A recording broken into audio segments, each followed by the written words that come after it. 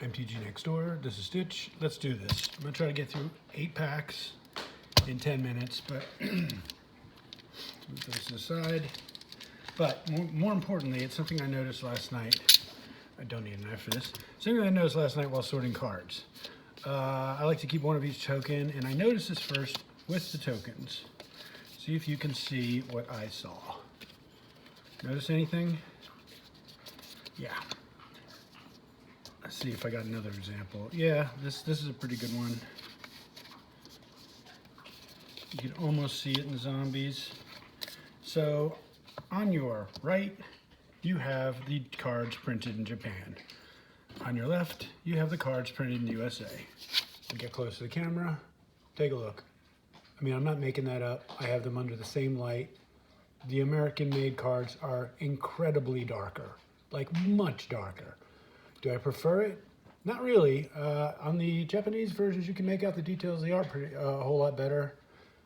Not so much here on the American version. So obvious printing differences. Hard to tell. I've got some. I haven't looked at the backs yet. See if I can grab a couple of commons that might have had this issue. See if we got anything. Yeah, I think I pulled one of this one. That was Japan. Yeah, so, sorry. Japan, English or American made. It's much darker. You could see it in the side here. Details, look at the mouth. This is just the definition in the, yeah. And then the backs, no difference. Not really. You can kind of see some darkness inside the letters on the Magic logo, but other than that, not really different. But just saying, different places that are printing, they obviously have different ink levels. But anyway, let's get through these. I'm going to just flip through the commons, pull any dogs. Let me get this out of the way. Pull any dogs and cats.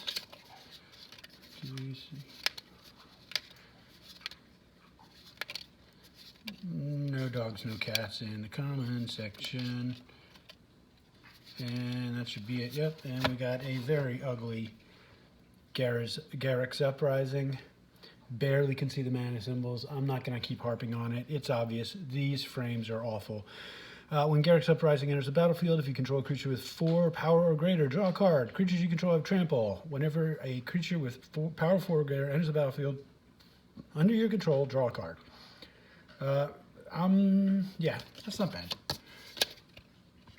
Watcher of the Spears, 2 for a 2/2 flyer.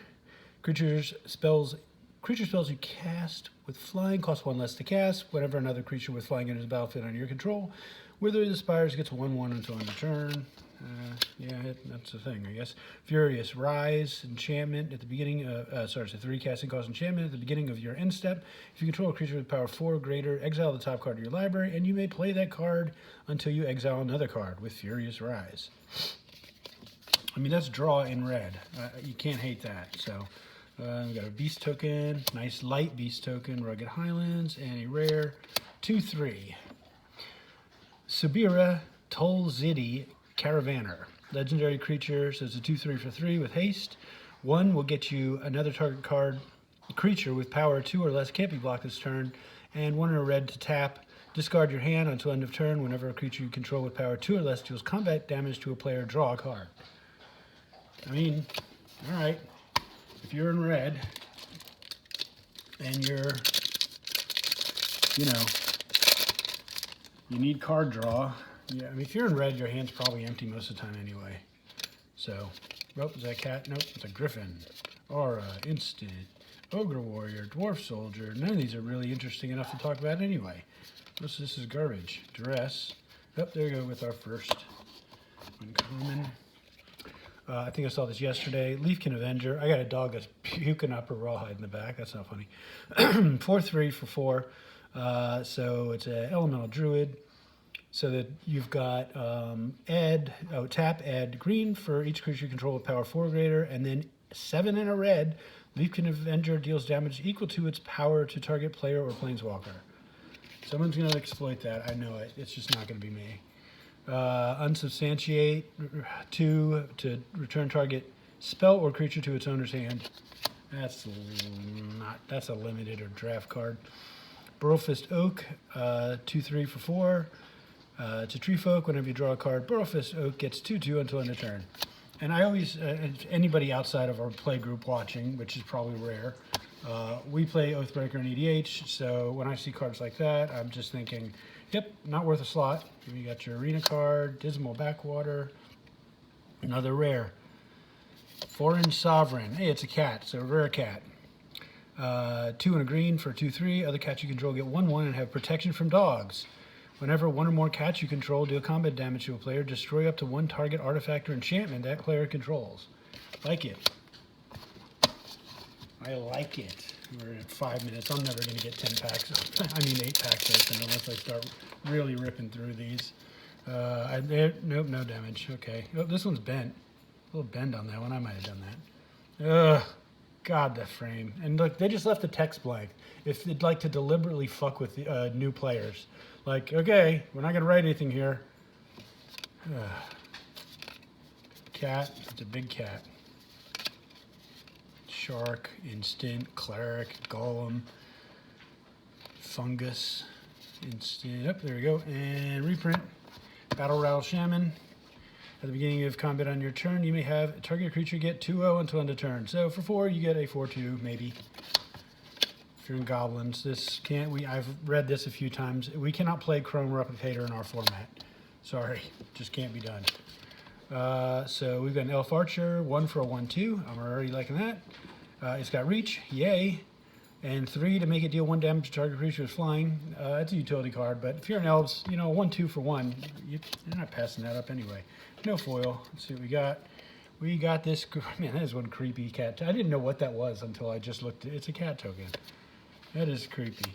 Got a Swiftwater Cliffs and no mythic. We got a rare Glorious Anthem. We pulled this in foil already. Yeah, I mean, is this worth a slot in Oathbreaker? Maybe. Is it worth a slot in EDH? Probably not.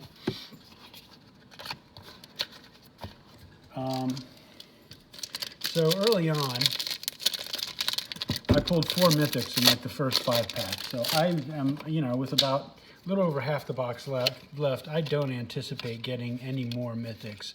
It's usually about a 4 mythic per box average. And yeah, I think we already hit our 4 mythics. If I start getting mythics late in the box, maybe I hit the, I started a new sheet or something. I'm not sure how all that shit works. A 5/7 for 6. It's a creature tree folk, vigilance. When Warden of the Woods becomes target of a spell or ability an opponent controls, you may draw 2 cards. All right. The Alpine Houndmaster. So we've seen this before. A lot of text, but basically, when this thing attacks, it gets XO, where X is the number of other attacking creatures. I'll put that with my dogs. Sanctum of the Fruitful Harvest. It's a shrine. At the beginning of your pre-combat main phase, add X amount of any color, where X is the number of shrines you control. Like that. I am another creepy cat token. I am currently working on, and if you guys don't already know it, I'm currently working on this. Yes, we are playing this card as a commander in Oathbreaker. I am making it a shrine deck. Let's see how that goes. Another rare, 9 lives. 9 lives, so 3 for an enchantment, hexproof. If a sorcerer deal damage to you, prevent that damage and put an incarnation counter on 9 lives. If there are 3 or more incarnation counters on it, exile it. When 9 lives leaves the battlefield, you lose the game. Okay. What? Okay. That's pack 4. 9 lives. Okay. Dinosaur, Spirit, Sorcery, Instant, Cleric. I'll stop if I see something new, but I mean, I've read these cards so many times. So we might have a foil. I'm not counting. Witch's Cauldron, maybe a reprint. Sounds familiar. A black for a artifact that has 1 in a black. Sacrifice a creature. You gain 1 life and draw a card. Wow, that's pretty small. I will have to consider that for many decks. Lord Scale Codal, we pulled this yesterday. This is a reprint, but that card's classic. Tide Skimmer, so 4 for 2/3 flyer. Whenever you attack with 2 or more creatures with flying, draw a card. Yep, there's a foil. Let's see which foil common we got. We got an ugly ass plains. We did get a foil comment. I could call it, folks. Scorching Dragonfire. And our rare is a rare. Mo Mythic. Sublime Epiphany. A lot of text here. Let's zoom through it. So it's a 6 casting cost instant. Choose one or more. Counter target spell, counter target activated or triggered ability. Return target non-land permanent to its owner's hand. Create a token that's a copy of target creature you control. Target player draws a card. Well, that does a whole lot. Who's holding 6 mana in either of our formats? I'm not. I'm not holding 6 mana. Are you out of your mind? Ooh, almost cut the cards again. Did I? No. Okay, didn't cut the cards. Well, we're low on. There's another cat, same cat. There we go. I don't think I've read this one. So it's a Timmy. It's a Timmy dog. Unicorn, crab, fungus, thopter, dog. Oh, look at this guy. Wow. Oh, yes. I swear. I think I saw this picture spoiled and I just couldn't stop laughing. Look at this little guy. I mean, he's just doing whatever it takes, man. I'm going to help out. I swear I am. Yeah, okay, well, we're going to light you on fucking fire and run at that guy. Sacrifice the Selfless Savior. Another target creature you control gains indestructible until end of turn. So basically, yeah, we're setting you on fire. Go at that guy. So in the flavor text, she raised him from an orphan pup and gave him a life of love. With his last act, he thanked her. Ah, he dies. That's how that one ends. Sanctum. I got a foil on this one too. So Archfiend's Vessel, 1 for a 1/1, lifelink. When Archfiend's Vessel enters the battlefield, if it entered from your graveyard or you cast it from your graveyard, exile it and make a 5/5 demon. Yep. I know I mentioned my Aristocrats deck a lot in this channel, but if that was, what is this? Rare? It's a rare. Oh, it's a foil rare. Oh, it says a 2 rare pack. All right. Oh, Glorious Anthem. That's another one. I pulled another Glorious Anthem foil. Oh, that's so sad. Oh boy. Okay, and it's a rare double vision. I think I pulled this last night. Fork. 4 fork. All right. 2 packs left. We're at 12 minutes. I knew I would never get to do this in 10 minutes. But so what? I'm ripping 8 packs. That's a record. Let's just look for the dogs and cats. I'm not having trouble flipping cards today. Merfolk, Ogre, Sorcery, Horror. There's your Merfolk. Why do I have 2 piles? Just stack them up, dude. So far, nothing great. Shipwreck Drowser, it's a 3/3 for 5. This better be good. Prowess, okay, not there yet. When it enters the battlefield, return target instant or sorcery from your graveyard to your hand. That's where the money is. I'll pay 2 extra to get a sorcery back. So 2 and a white for 1/1. Double strike. Whenever it attacks, you may tap any number of untapped creatures you control. And Siege Striker gets 1/1 until end of turn. For each creature tapped this way. You know, I used to make fun of people on their channels when they couldn't pronounce the names of the cards right. It isn't easy, since this is not scripted. So 4 for a star 4. Trample. Kinetic Augure's power is equal to the number of instant sorcery cards in your graveyard. You know, you discard whenever it enters the battlefield, discard 2 cards, up to 2 cards, and then draw that many cards. Yeah, that's draw power. I don't like cards. I've said this many times. I don't like cards that depend on things that be happening in your graveyard outside of certain formats. What did I do here? Oh, it's another double rare pack. This is weird. I guess I just counted wrong. Well, let's look at this one. Conspicuous Snoop. It's a Goblin Rogue. Look at that guy. I freaking love that artwork. I mean, he's a peeping Tom. And look at this poor gal back here. She's like, yeah, he's at it again. He's trying to see my boobs. Play with the top card of your library revealed. You may cast goblin spells from the top of your library. Of course, that's great. As long as the top card of your library is a goblin card, Conspicuous Snoop has all activated abilities of that card. Oh man, I have a feeling this isn't worth much now, but it's gonna go up. That's a great goblin. We got a full art something. We got a full art Containment Priest. Huh. This might have some value. I'm not sure.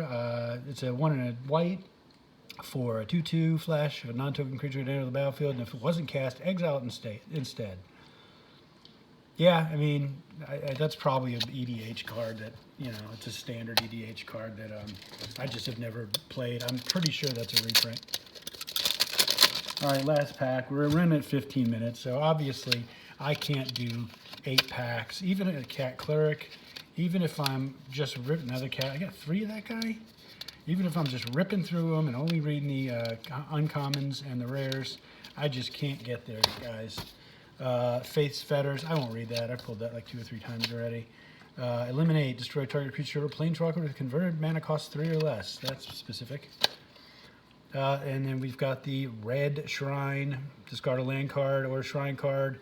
It deals X damage, and that's the number of shrines you control. Okay, last rare or mythic. Maybe we'll get a mythic. We opened 8 freaking packs here.